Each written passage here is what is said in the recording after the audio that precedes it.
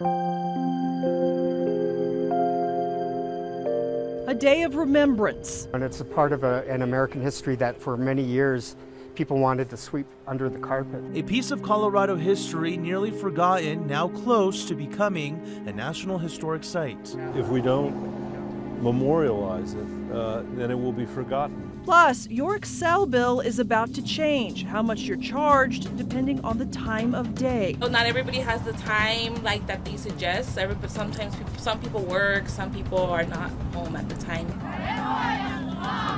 Plus, Coloradans rally for Ukraine amid warnings Russia could invade any day, and the White House prepares a tough response. Paying for your electricity based on when you use it. That's the idea behind Xcel Energy's new plan for Colorado customers that starts next month. Thanks for joining us. I'm Jacqueline Allen. And I'm Brian Wang. Denver 7's Colette Bordelon breaks down the plan and has more on the pushback. In an Aurora neighborhood on a Saturday afternoon, and we're asking about chores. Usually every week, I'd say. For some, laundry has a schedule. Probably Tuesdays and Fridays. And they wouldn't want that to change. Not everybody has the time like that they suggest. Sometimes some people work, some people are not home at the time that they expect us, I guess, to do laundry. They're skeptical about Xcel Energy's time of use rates. The new plan for Colorado is starting with more than 300,000 customers in March. The concept, the price for electricity, is based on when it's used. The peak times are weekdays between 3 and 7 in the afternoon, but the best times to run major electric appliances would be daily before 1 in the afternoon and after 7 that night, plus weekends and holidays. I don't know about that. I think it would be more time consuming. Xcel says the opposite, and that the plan actually gives customers more flexibility on when they use their energy. They say customers who choose the time of use plan will likely see their bills either decrease or stay the same. All customers are expected to be on the time of use rate by 2025, but can decide to opt out of the new plan. Colette Bordelon, Denver 7. Prices will also change based off the time of year. For example, electric prices will be more expensive during the summer, especially during peak times compared to the winter. You can find more information about Xcel's time of use pricing on its website. All right, let's take a live look outside at this warm Saturday evening. A little windy out there. You can see our Lookout Mountain camera moving around. Guess what? Arctic air is headed our way. Yeah, we're talking temperatures with 50-degree differences here in the next few days. Stacey, we have to enjoy these weekend temperatures while we can. Yes, I'd say enjoy tomorrow. Afternoon highs will be right around 60 degrees. And use it as a prep day. Just prep your car, your clothes, and your food. And just make sure you're prepared as we go into this week. We're going to go from 60 degrees Sunday to 12 for a high on Tuesday with snow. So we're going to have about 3 days of snow as this system moves in. We have sunny, warm Sunday ahead. A cold front hits Monday, and then bitter cold by Tuesday with 3 days of snow here for the Front Range. That cold front is off to our northwest. It's coming this direction. All of that energy will be coming down across our area. So beautiful day tomorrow, 60 degrees. It'll be warm and dry, and these will be the highs on Tuesday. You can see to the north of us, definitely below zero highs for the day. We'll be at 12 for a high, and then out ahead of the front, it'll be 97 degrees in Laredo on Tuesday. But definitely Texas will be affected by this midweek as well. A fire weather warning in effect through tomorrow evening. It'll be so warm in southern Colorado, but big changes, as I mentioned, ahead. We'll have more on snowfall totals and when we expect this storm to leave coming up. All right, thank you, Stacey. Today marks 80 years since an executive order forced the imprisonment of any American with Japanese ancestry. Some of those were taken to Camp Amachi in southeastern Colorado. Senator Michael Bennett, Representative Joe Neguse, and Interior Secretary Deb Haaland visited that site today for a day of remembrance. They were also joined by Derek Akubo. 3 generations of his family were interned at the camp.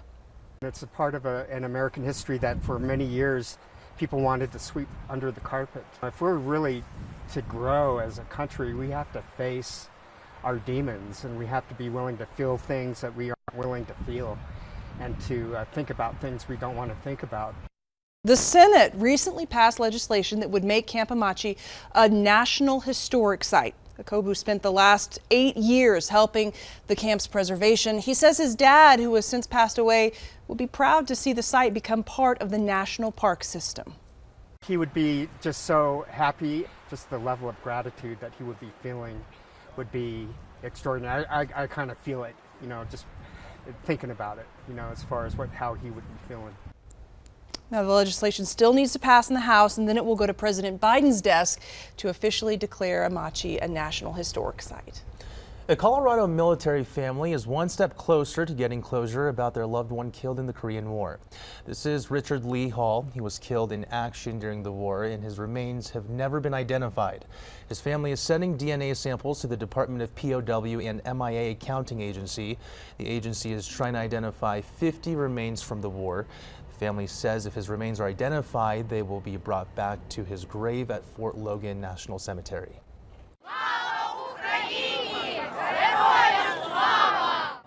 Ukrainians in Colorado rally in solidarity at the state capitol today as fears grow that Russia will invade their home country.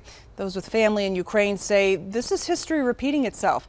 They're worried about the devastating consequences of war. They have no place to hide. They know it's going to happen. It's going to happen. Tens of thousands or hundreds of thousands of people in Ukraine will die, but so will many, many Russian young men and women from Russia.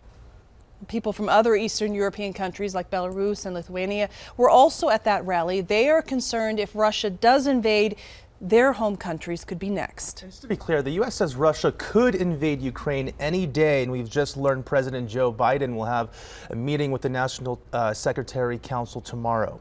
Vice President Kamala Harris joined Ukraine's president and other U.S. and NATO officials to talk about a diplomatic solution. The U.S. says it's still possible, but Harris gave this warning. We are prepared to move forward with consequences. We have prepared together economic measures that will be swift, severe, and united. The U.S. says thousands of Russian troops surrounding Ukraine are in attack positions. New satellite images showing Russian military activity building up in Belarus, Crimea, and western Russia. In parts of eastern Ukraine, separatists called for civilians to evacuate and accused Ukraine of preparing to launch its own attack. The West is warning this could be a pretext for a Russian invasion. Members of the Denver Sheriff's Office are giving back to families who lost everything in the Marshall Fire. Deputies teamed up with Lucero's Mexican Restaurants for a fundraiser and donation drive. Today, about 100 families split $9,000 in gift cards and chose any items they wanted from tables full of donations. The Sheriff's Office tells us they have plans for another fundraiser in a few months. All right, still ahead, a fireball in the sky, and it's seen in parts of Colorado.